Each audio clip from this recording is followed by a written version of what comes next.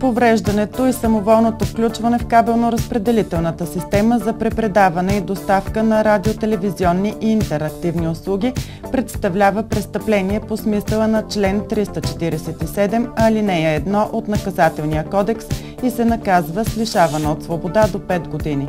Кабелна телевизия Кракра уведомява своите абонати, че могат да подават сигнали за повреди на кабелно-разпределителната мрежа и интернет вече денонощно на следните телефони: 076 67 08 65, 076 60 39 31 и на GSM 0878 50 15 54.